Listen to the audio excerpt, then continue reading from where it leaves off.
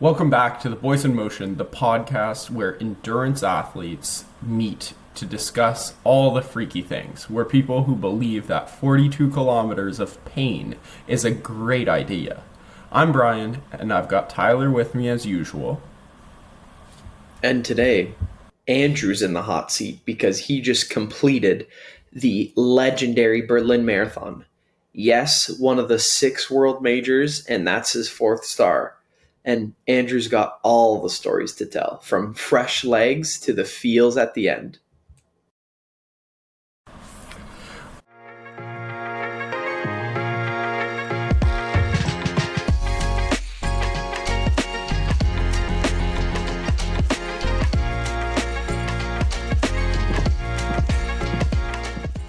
We're talking pre-race vibes, the race itself, and of course, the all-important post. Because let's be real, the beer gardens in Berlin might be as famous as that finish. I don't know about those fresh legs you're talking about, Tyler, but I've definitely got a few stories to share. Some good, some quite painful, and one or two that will probably make you laugh. And, there's a little bit of chaos thrown in there. So let's get into it. Yeah, this is going to be fun. I was waiting for this recap. Didn't want to ask you too many questions over the phone before we had this chat. So, still pretty early. What is it? 2 days post race. So this is kind of perfect timing.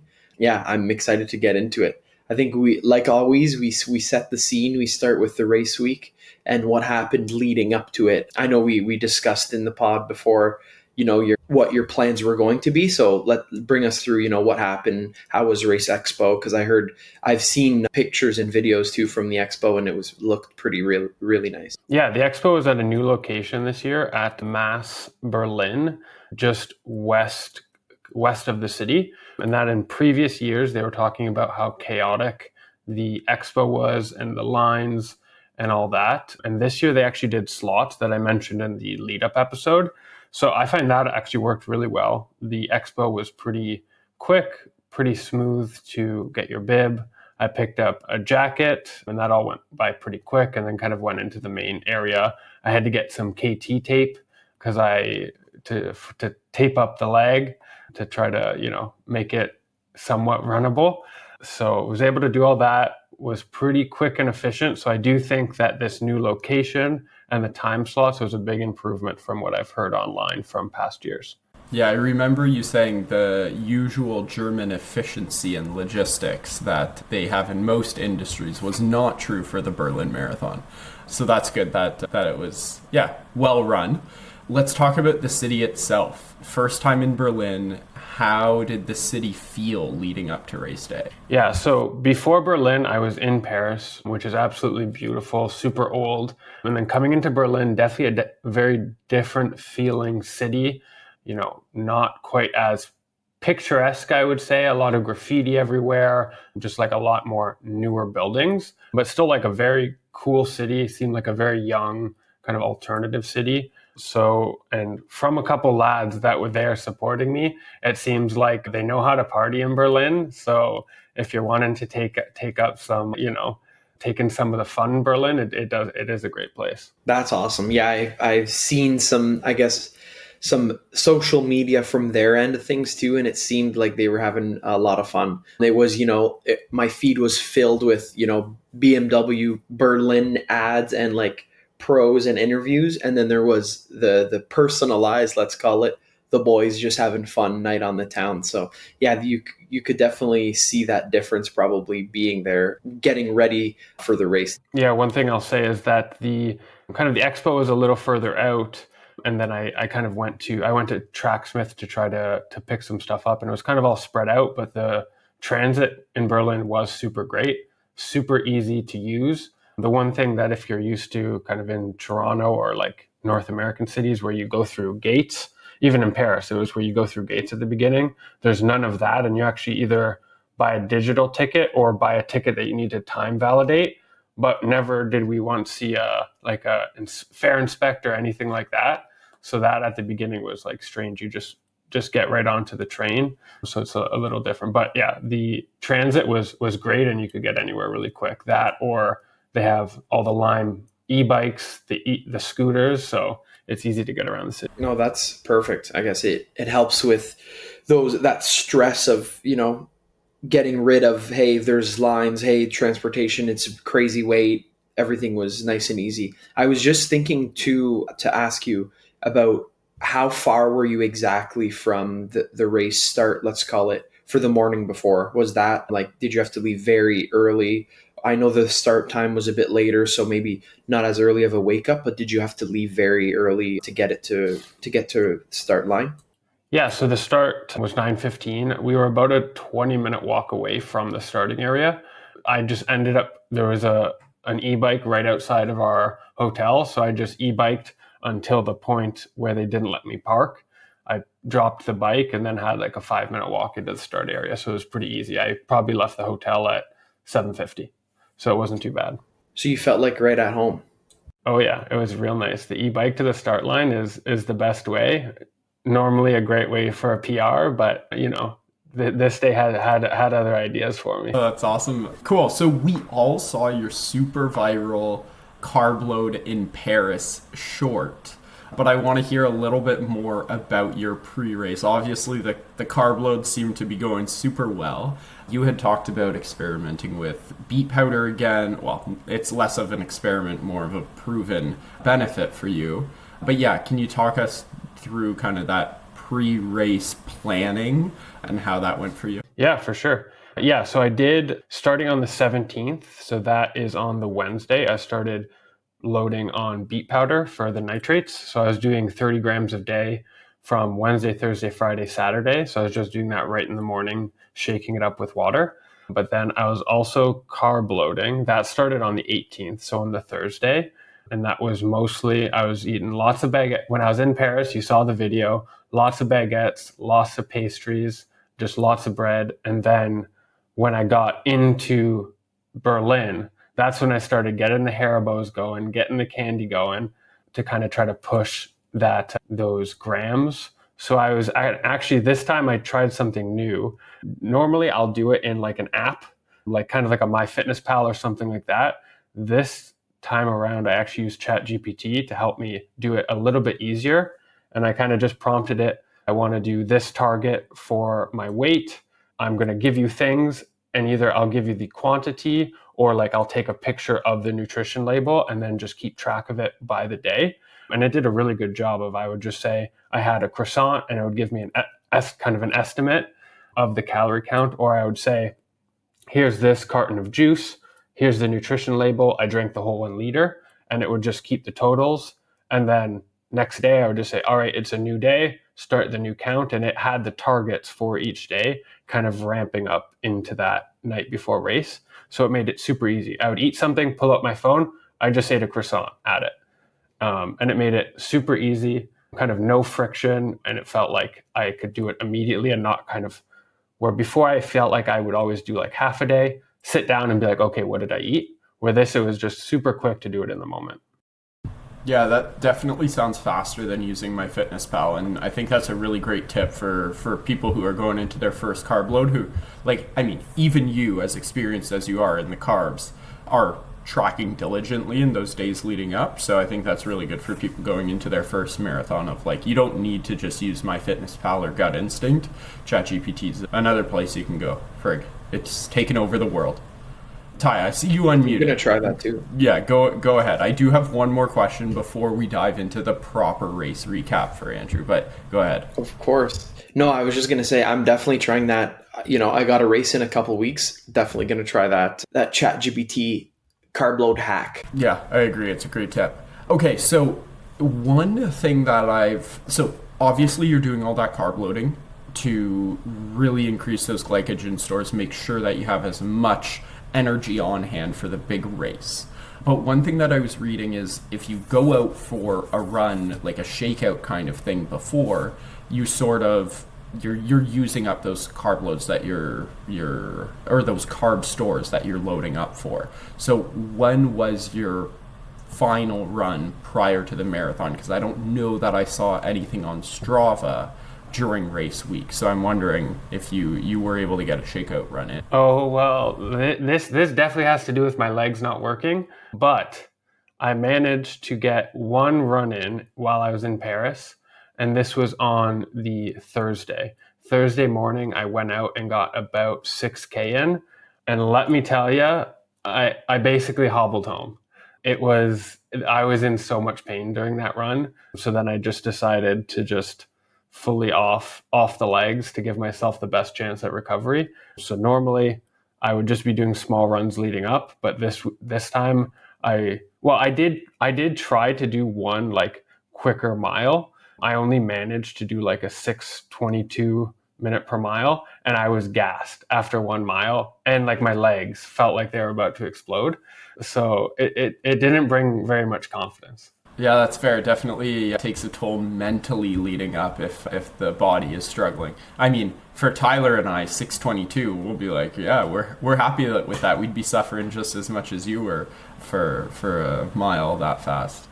Okay, let's dive into the race. Now is the time. Some of us have definitely seen it on Strava. The investigators were out early. We were following your race on the app. But go ahead, share some deets. What was your finishing time and how did it feel? Yeah, I guess I'll put some context on the day and kind of leading into it. I put on Strava, when life throws you literally every curveball, you're extra grateful for all the people supporting you in person and virtually. And just a couple of those curveballs. So leading up into the race about a month before was dealing with a hip flexor injury, and that actually got better by race day. But then it was my shin splints, the right leg. Like I said, I was hobbling on that shakeout run. Like I didn't know if I was going to be able to run. And then on Friday night, I started not feeling very well. And then Saturday morning, I woke up with a cold and like with a fever. So also adding sickness to the mix. So Saturday, I was just loading up on cold meds. And I can honestly say, I don't think, if it wasn't for traveling and all the people there supporting me, I wouldn't have started this race. I 100% would have not have started. Wow, I didn't know that. That's great. So then I was basically at the start line. I just told myself, I readjusted, like there was zero goal going into it. I just wanted to go, enjoy it. I mean, that didn't quite happen, but I wanted to go, enjoy it, and no time goal at all, because I had I was having the shin splint issues, and then I was also sick, going in and out of fever. I was like a head cold where I was completely congested, but I just wanted to, show up to that start line for all those people that made their way there and just kind of give it a go and enjoy the day. So we spoke about the German efficiency at the start line. And this is one of the craziest stories from my day. So kind of a standard starting kind of corral situation. I was in the A corral based on my goal time. I shouldn't have actually been in the A corral based on my finish time. And we'll share that after this story maybe. But there's A, B, and then it kept going back.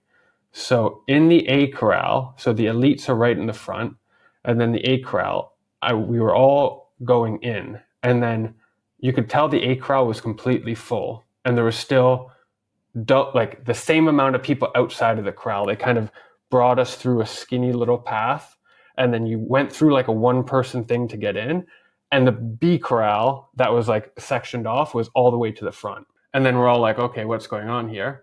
And then a volunteer comes over, and all they say is, yep, the A corral is full, and nothing else. And then there was two fences. So we were behind one fence. There was maybe 3 meters of space, and then the fence, and then it was into the corral. The volunteer stops talking, and then people just start yelling, getting mad, blast towards the fence. And I was like, if I don't go right now, I'm getting trampled. So I jump over the first fence with everyone. And then the timer's going down. 30 seconds. 29. At least you had practice. At least you had practice jumping this over the fence. This is what I said. Training. You trained me for this moment. So this is how I started the race. And I was extra thankful that I wasn't going for a time goal, because this would have stressed me out. But time went down to start the race. So we jumped over the first one, and then to start the race, we all jumped over the second one and then started the race. So That's the crazy. You German had the efficiency fell classic apart. Berlin. Yeah, you had the classic Berlin Wall experience. It was insane. And That's the crazy. volunteers were yelling at us. The people that were actually in the starting area were yelling at us because they didn't want to lose their spots. But everyone is just like, well, like Hmm. I need to start this race. And if you weren't moving, you were getting trampled. So At that that point, it's every man for themselves. Yeah. exactly. So that was the start of the race. It was quite hectic, but yeah, it was an experience. Last time it was our That's fault. wild. This time it was not my fault. Well, who knew your Berlin qualifier would have got you ready for that Berlin start, right? So that's perfect. That's picture Exactly. perfect right there. Yeah, and this time it was the double hop in the high heels, and flawless. That's great. Yeah, I saw a viral post on Instagram of people doing that hop, and I was like, what the heck? A bunch of animals out there running this race, and it looked like some speedy guys. I was half expecting now, after seeing, like, hearing this of you, I'm surprised it wasn't you in that viral talk in the Canada jersey. Oh yeah, yeah, it was crazy. Yeah, and it's all the people right at the front. So yeah, it was people that were mostly going for pretty aggressive time goals. I don't know what the cutoff for the A corral was, but I saw some people that ended up running around 3 that were in the B corral. But I just don't know what their time qualifier was. Yeah, that's wild. And one more thing I was thinking about. Oh yeah, I saw another viral one where everyone was just can of sardines. You couldn't even some people you were like this. It was worse than a club on a Saturday night. It was apparently the corrals were packed crazy. Oh yeah, that's the whole starting kind of area. I think because there was ended up being 55,000 runners for the marathon. It was it was packed. It was busy. I feel like, and I don't know if it's like Germans expect you to know how things operate, but feel like the signage situation isn't that great. When you ask questions, people aren't super helpful, I find. Maybe, and it could just be a language thing, but at an international event, you would think that, you would have people that can help instruct and stuff. But yeah, the getting information and getting where you needed to go was sometimes a challenge, including getting to the start line. So you complete this hurdling event, you're at the start line already. I'm sure the heart's beating quick, just fighting through the crowds. What happens next? Yeah, so we get going, and I just kind of try to settle into a nice pace that I think feels very easy, and it did feel very easy because it was much slower than I was kind of expecting to run. Like I said, I was all taped up, KT tape, so the calf I could feel. It was painful, but I was able to move and kind of run through it, so it wasn't too bad. But the one thing is that with kind of being sick, and it was a hot day. The start was about 19, 20 degrees Celsius. So it was a super hot day especially for Berlin, but in general, that's like a little warm for running a marathon. And my body was already warm from being sick. So I definitely felt very, very hot at the beginning of the race. But I did feel pretty comfortable until like running through. The crowds were all super good. I had Mischievous and her mom that were at kilometer 6, and then the rest of my family that were at kilometer 7. So I got some good fan support there. And then kind of for the first half of the race, the kind of the pace, how I felt, the leg, it felt decent. Like I felt like I was kind of running well within what I could run. I was enjoying it. The crowd support was awesome. The course was awesome. Pancake flat, no crazy sharp turns. So in terms of that, it was really, really good.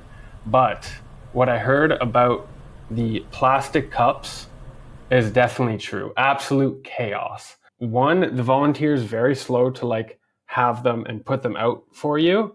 So half the time you're grabbing them off the table. People are just throwing them down, and then you're just crunching on these plastic cups. So that was not ideal. I don't know what they're thinking with the plastic cups. That's crazy because I just ran a little, a little half, but I was actually thinking of that. I'm like, I can't imagine if these were plastic right now because even the paper ones were everywhere, water everywhere. So I could just imagine those plastic cups and the crunching. And like at that speed, even though you weren't going your full tilt PR Andy mode. You were still running fast, of course. And like, I can't imagine, like, mid stride going to grab a cup off a table to try to get a drink, like, because the volunteers weren't quick enough. That must have been quite confusing at first, and then stressful. After you kept going. Yeah, for sure. Yeah, it was chaos. And the other thing is others, and especially at majors, there's always like very good signage of there's drink tables coming up, and it kind of follow the pattern of like drink tables, then carb mix, and normally on both sides of the street, so you can kind of split off. Here, some of them were on both sides, some of them were on one side. So you had people like, because there was the blue tangent line, it was a double blue line, which was very nice, but you'd have people running on that line, and then people would cut all the way across everyone for drinks or stuff. So you'd have people like weaving back and forth, because normally you can just split off. So that was another where I was just, it was very disorganized, and I'm not really too sure how that hasn't changed. I think they need to go to Chicago and see how they do it there, because it's basically a copy paste event except for the organization. So yeah, that definitely sounds like they're struggling based off not only the start procedure, but now also water setup. Like they could definitely use a little bit of optimization there. In this first half, your pace was pretty consistent after like doing some Strava investigation. How did you figure out that starting pace? I think you were somewhere around like 405 average to like 410. Was that on feel, or did you actually go out and purposefully run that pace? No, I had zero going into it, no pace that I was really shooting for, no time. I kind of felt what was felt easier than what marathon pace would be. And I kind of wasn't even looking at my data throughout the race at all most of the time. And I have some videos, but my watch was on just kind of like pace right now and distance. And that's kind of all I was looking at, because I didn't really care about too much else, and I didn't want to overthink things.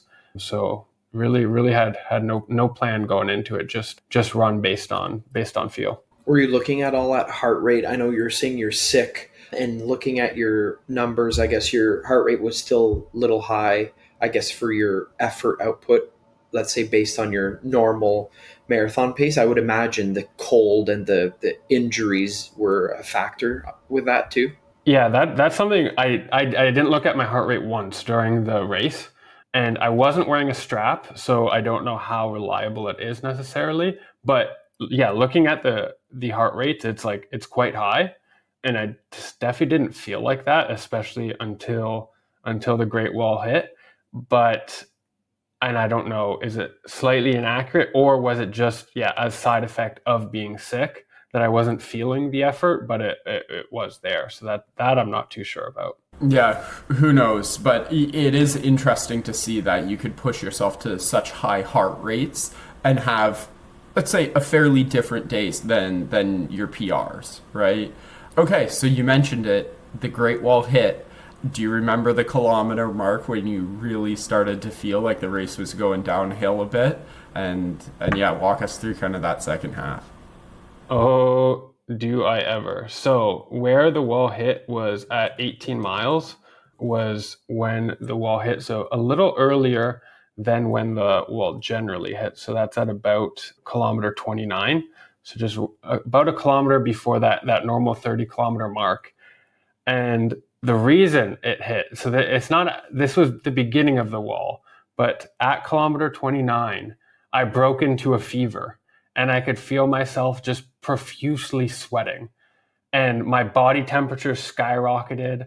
I just became dripping wet, and then I was just going in and out of like burning up to having the shakes. So it was at that moment I was like, oh, this is going down. Because before that, I felt within myself completely. And then the fever hit, and I was like, oh no, this is not going to end well. And I just need to try to like manage this race at this point and see kind of what I have left. And you can actually see it pretty clearly. Like after mile 18, 19, that's kind of when, the big descent starts. It looks nice. The regression run, as some of my Strava followers like to call it. Ski slope. It was a ski slope, and yeah, so that wall hit there, and I knew Mischievous and her mom again were gonna be at kilometer 37. So I was like, I need to get to kilometer 37. And I remember at mile 20, so at around kilometer 35, and this has never happened to me before in a marathon, is both of my calves started spasming with cramps. So it's at there you can see after 20, then I start like decreasing it, or mile 20, I decrease it even more because if I tried to maintain that same pace, my legs were like fully locking. So I started to pull back the pace even more so I could just run just with spasming cramps instead of full lockups. So I remember, giving Mischievous a kiss, giving her a high five and saying, I can't wait here for long because if I stop, I'm done and I'm locking up. So then it was at that point, my only goal, and I was successful with that, is I did not stop and walk. I ran the whole thing, but it was the hardest, like 12 kilometers I've ever experienced. My body going in and out of fever, my legs cramping up. And I was just like, I need to get across this finish line right now. Just give me that star and let me have a pint of beer. That's wild. I mean, at that point, you were probably just damage control, right? It was just like, okay, keep moving forward and try to cross that finish line.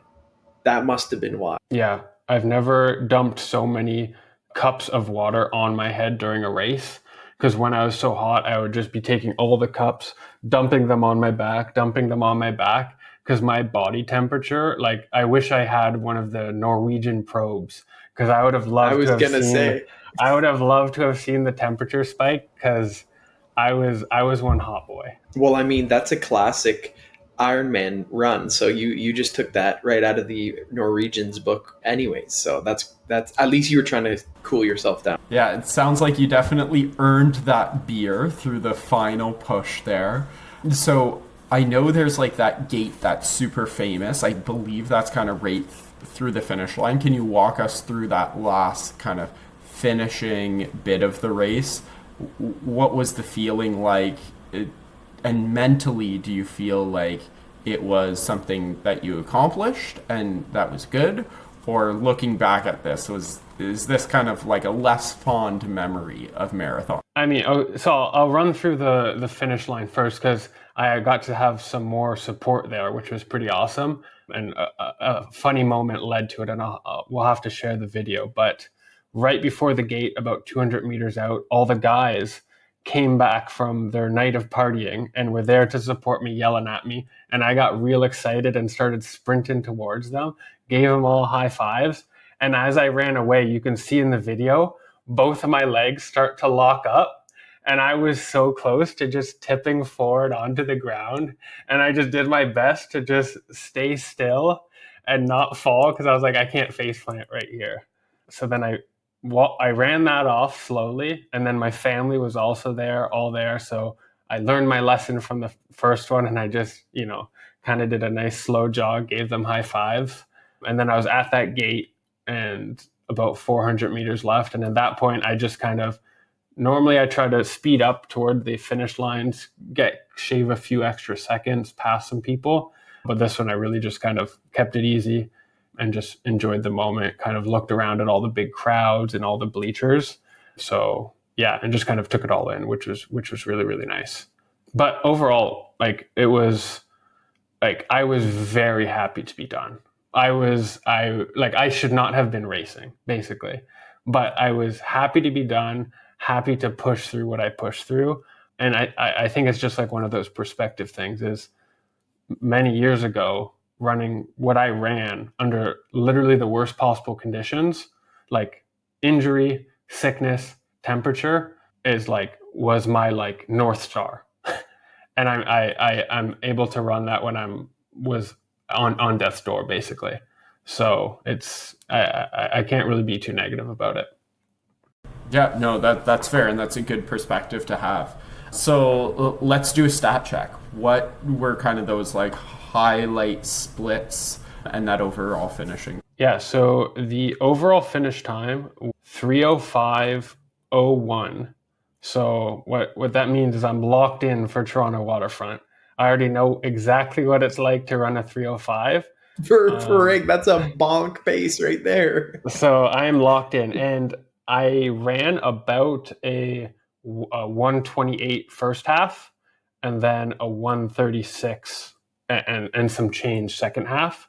So about an 8 minutes difference there of that great wall that I told Tyler didn't exist, but it exists.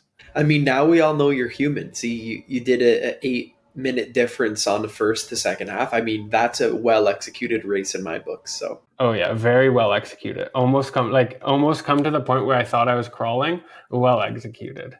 and that's crazy you say that too. Let's just stop there for a sec because, and also I'm looking at your paces and like it also looks like you went to like crawling, but your slowest kilometer was 5:16, which is still like faster, let's call it, than a zone 2 run for most people. So, which is wild because you probably did feel like you were walking at that point. Oh yeah, it felt like it honestly. If I didn't have times, I probably would have said I was running like a 7-8 minute kilometer based on the way I was feeling because it did not feel like I was running, And it especially for felt so heavy, those I could last few imagine. from like 37 to 42. It was crazy hard, and so Now, I know that you were totally in the bonk zone when this would have happened, but from the looks of it, Harry Styles ran sub 3. He was like 2:59.50 something. And You knew this was coming. yeah, and based off of your splits, you probably started ahead of him and he had passed you once you were in the bonk zone. I don't know if you were seeing straight, but did you at any time recognize Harry Styles running by? unfortunately, I did not see Harry Styles, but no, many people have already made fun of me for being slower than Harry Styles. So thanks for rubbing it in a little bit more. But yes, my first half was faster than Harry Styles, but unlike Harry Styles, I did not manage to keep it cool and collected in the second half, and blew up pretty good. So didn't see him, but I wish I could have. Maybe if I would have saw him, I would have chased him down. That's it. Yeah, a signature, please, and then run a Well, blistering 90. I mean, he was undercover, but you were full Canada man. Everybody wanted to get a piece of you, so I mean, it does make sense.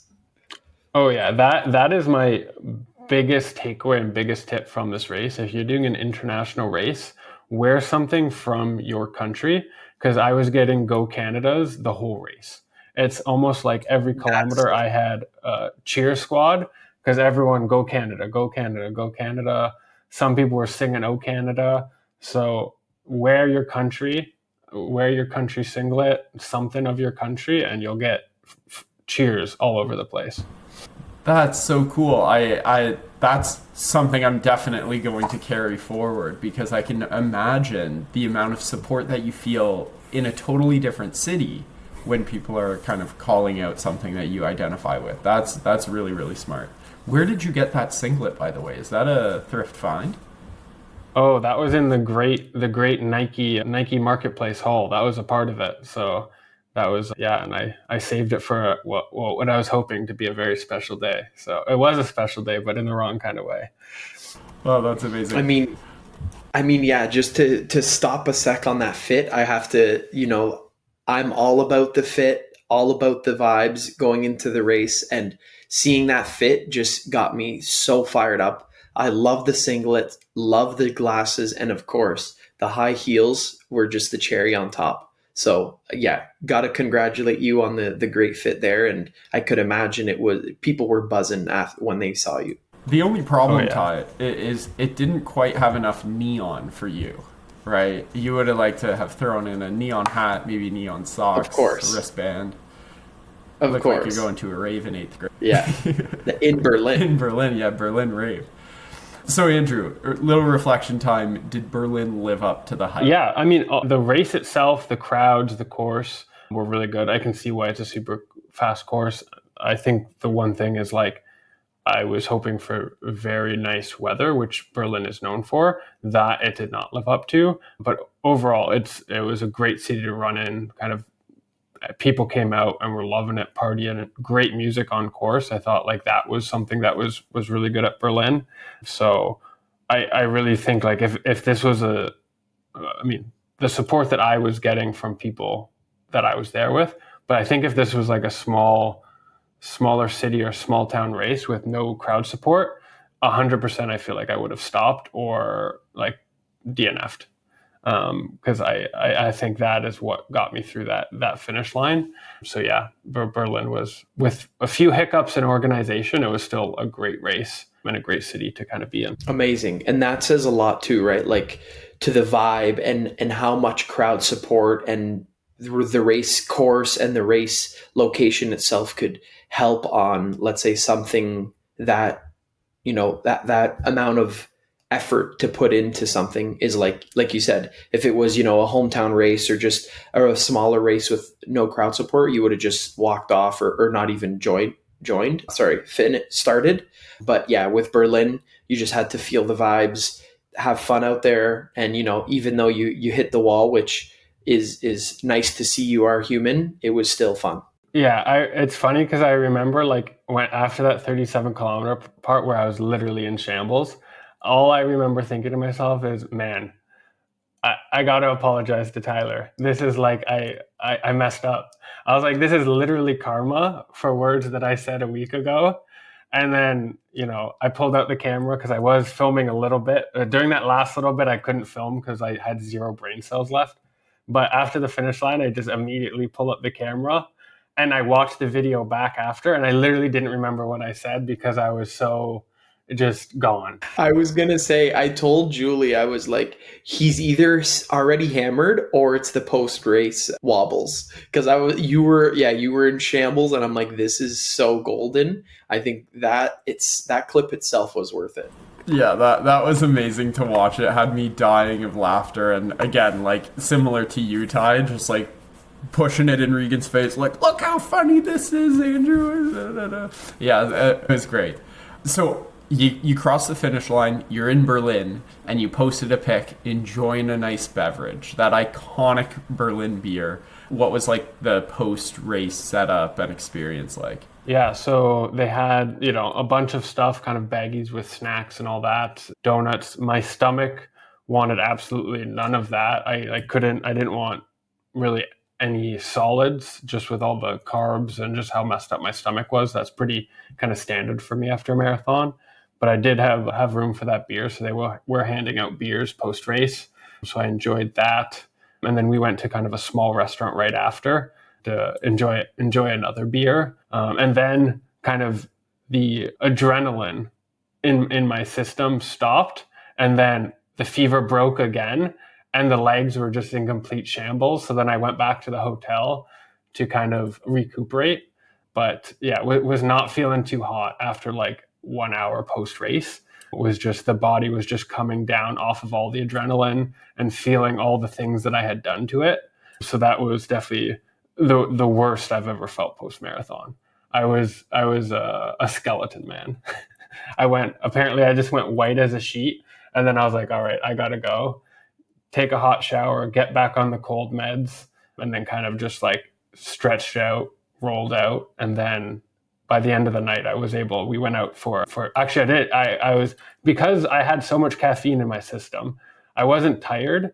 And then I kind of got a second wind and we were able to go out for schnitzel with the big group. So was still able to enjoy a nice dinner. That's awesome. I definitely a little FOMO on that post race, but it's good to know that you didn't totally like just collapse and you were able to enjoy some of that like post race celebration. Not being a PR does not matter. It's about like pushing yourself and really getting to that limit. And I think this is probably the most limiting run that you've had in terms of racing, like in that you had so many challenges and you were just bouncing off that limiter. The full wall was experienced.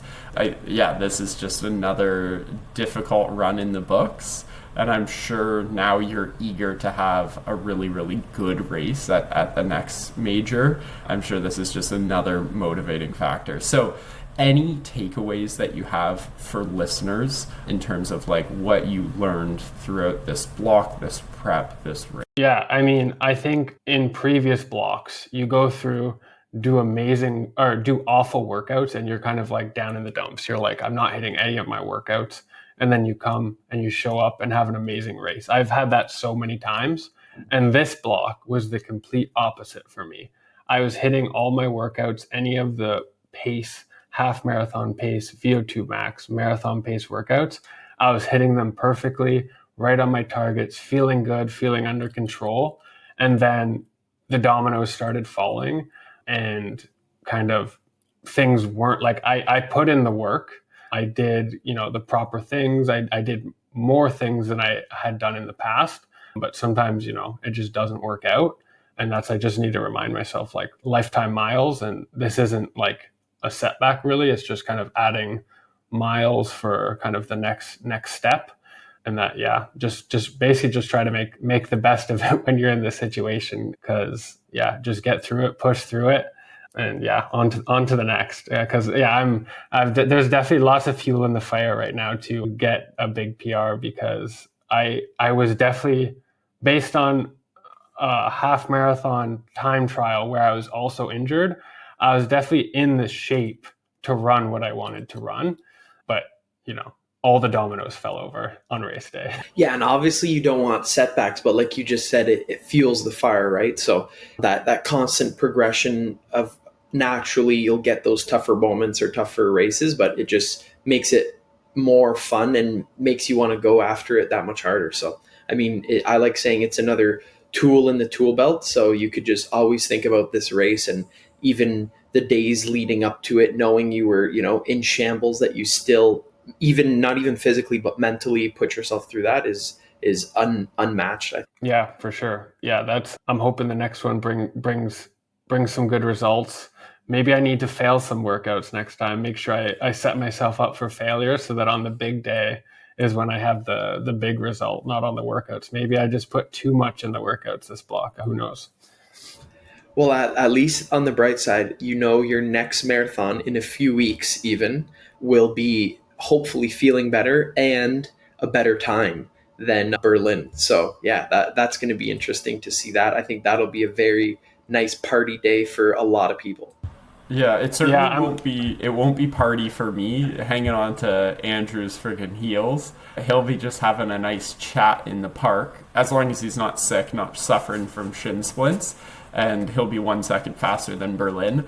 I will be on death's door, and whether or not I can hold that pace, we will see. I can't wait. Yeah, I'm hoping. First step is I need to make sure and get healthy, because my legs are not feeling very good, but my calf is definitely not feeling very good still.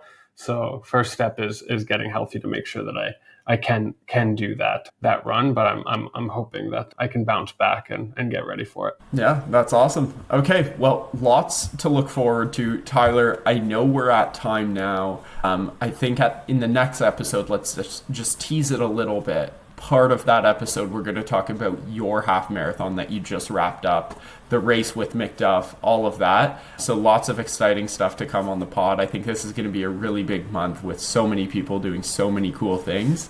And I'm just excited to, dive into more content and more conversations with you guys. But that has been the Berlin Marathon recap. Huge congratulations, Andrew, for ticking off another major to the list. You crushed it.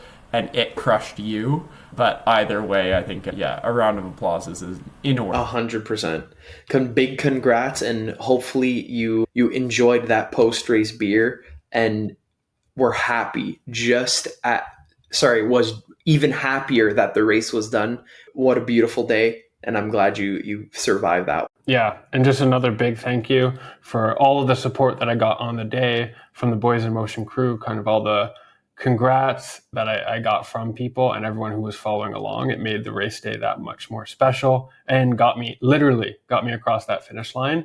And I just want to add my own disclaimer that I think maybe people listening should maybe do as I say and not as I do.